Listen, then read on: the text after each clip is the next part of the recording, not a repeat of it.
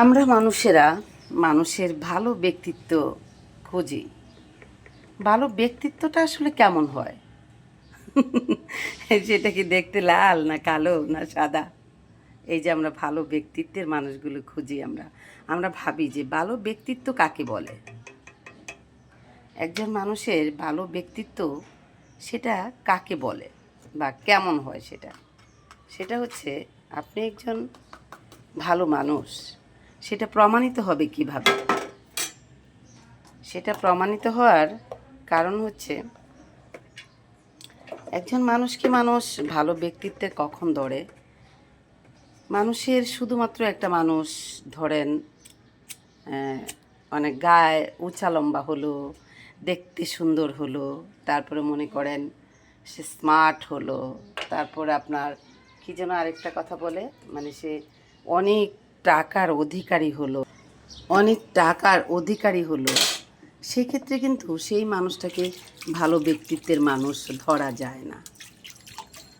ভালো ব্যক্তিত্বের মানুষ হতে চাইলে একজন মানুষের তার একটা সুন্দর মনের পরিচয় হতে হবে। সুন্দর মনের পরিচয়, তার ভালো ব্যক্তিত্বটা যখন ভালো থাকবে। ধরুন আমরা কি করি, মানুষকে মূল্যায়ন করি তার টাকার সঙ্গে। মানুষকে আমরা কিভাবে মূল্যায়ন করি? তার অর্থের সঙ্গে মানুষকে আমরা মূল্যায়ন করি। এটা একেবারেই ঠিক নয়। মানুষকে মূল্যায়ন করা উচিত তার ব্যক্তিত্ব দিয়ে, তার গঠনমূলক ব্যবহার, তার আচার আচরণ, সে কমলতা, সুন্দর মন, সেসব দিয়ে মানুষকে মূল্যায়ন করা উচিত। আমরা কি বন্ধুরা আদৌ সেটা দিয়ে মানুষকে মূল্যায়ন করি? করি না। আমরা কি করি, যখন একটা মানুষকে দেখি অনেক পয়সাওয়ালা, সে অনেক পয়সার মালিক, তখন আমরা তাকে রাস্তায় দেখলেই সালাম দিই। বা তার অনেক ক্ষমতা রয়েছে, দম্ভ রয়েছে, এই সমাজে সে একজন পাওয়ারফুল মানুষ, সে একজন নেতৃত্ব মানুষ, তাকে আমরা সেভাবে মূল্যায়নটা করে থাকি, সেভাবে মূল্যায়ন করি। আদৌ কি সেই মানুষটাকে সেইভাবে সেই ক্যাটাগরিতে মূল্যায়ন করাটা কি উচিত বলেন? একজন মানুষকে মূল্যায়ন করা, একদম পরিপূর্ণভাবে একজন মানুষকে মূল্যায়ন করতে যদি চান বা মূল্যায়ন করবেন, তার ব্যক্তিত্বকে দেখে তাকে মূল্যায়ন করবেন। তার ব্যক্তিত্বটাই হচ্ছে তার সবচেয়ে বড় পরিচয়। আপনার কতটুকু গাড়ি আছে কয়টা সেটা বড় কথা নয়, আপনার বাড়ি আছে কয়টা সেটা বড় কথা নয়। আপনি আসলে কেমন মনের মানুষ, আপনি মানুষের সঙ্গে কেমন আচার আচরণ করেন, আপনার মনের দিক থেকে কতটা ফ্রেশ রয়েছেন, আপনি কতটা কমল আপনার মধ্যে আছে, কতটা কমলতা আপনার মধ্যে আছে।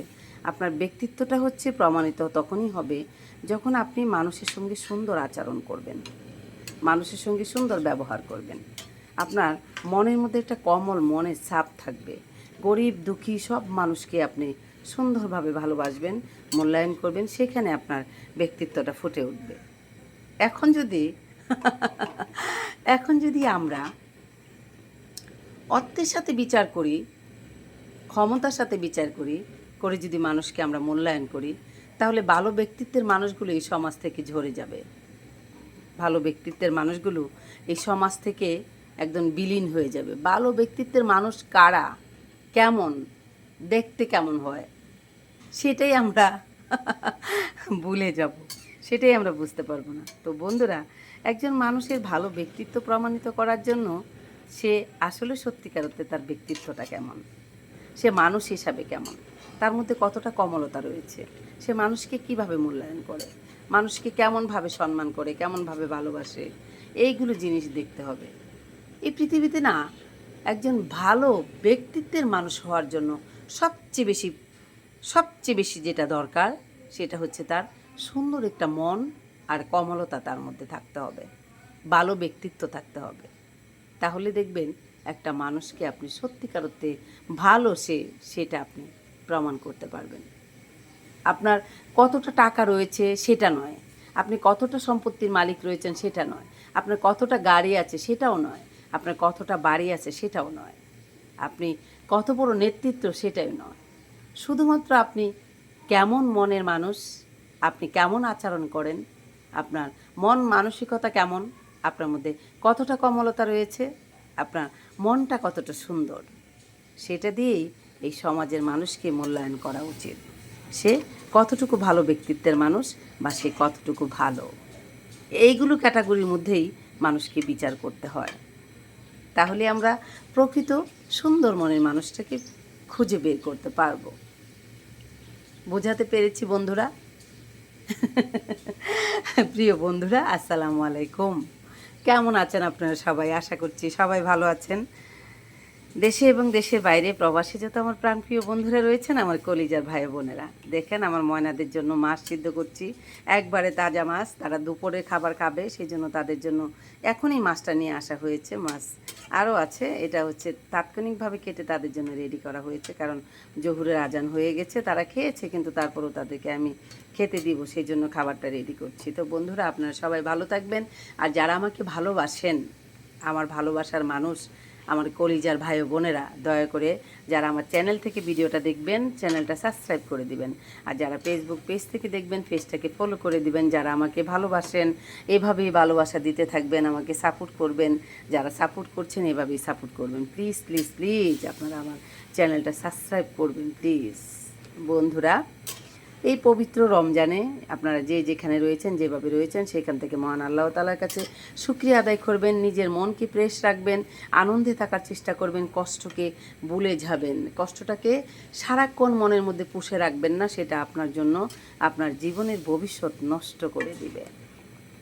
আপনি শুধু আপনার ভালোটা চিন্তা করবেন, ভালো যে জিনিসগুলো আপনার সঙ্গে জীবনে ঘটেছে সেগুলোকে বারবার মনে করার চেষ্টা করবেন, সেগুলো মনে করে মনে আনন্দ পাওয়ার চেষ্টা করবেন। কষ্টগুলোকে বেশি সময় মনে পুষে রাখার চেষ্টা করবেন না, সেগুলো আপনাকে ব্যথিত করবে, আপনাকে কষ্ট দিবে, আপনার সুন্দর চিন্তাধারাগুলোকে আহত করবে, আপনার মনকে মেরে ফেলবে ভিতর থেকে। তো বন্ধুরা, আপনারা কখনো খারাপ চিন্তাগুলো মনের মধ্যে পুষে রাখবেন না।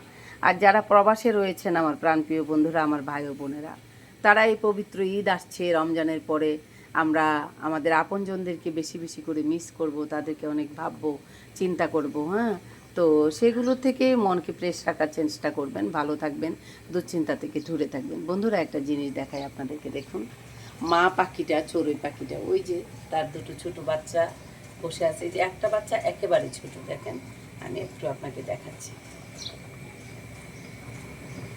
কই গেলি তুই ময়না? ময়না, তুই কই গেলি? কই আছিস তুই? দেখি, দেখতেই তো পাচ্ছি না তোকে। আমার ভিডিও